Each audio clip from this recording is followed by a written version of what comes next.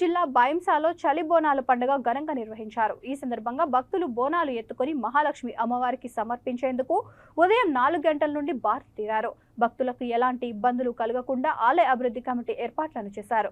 భక్తులు తమ బోనాలను మహాలక్ష్మి అమ్మవారికి సమర్పించి చెల్లించి మొక్కులు తీర్చుకున్నారు.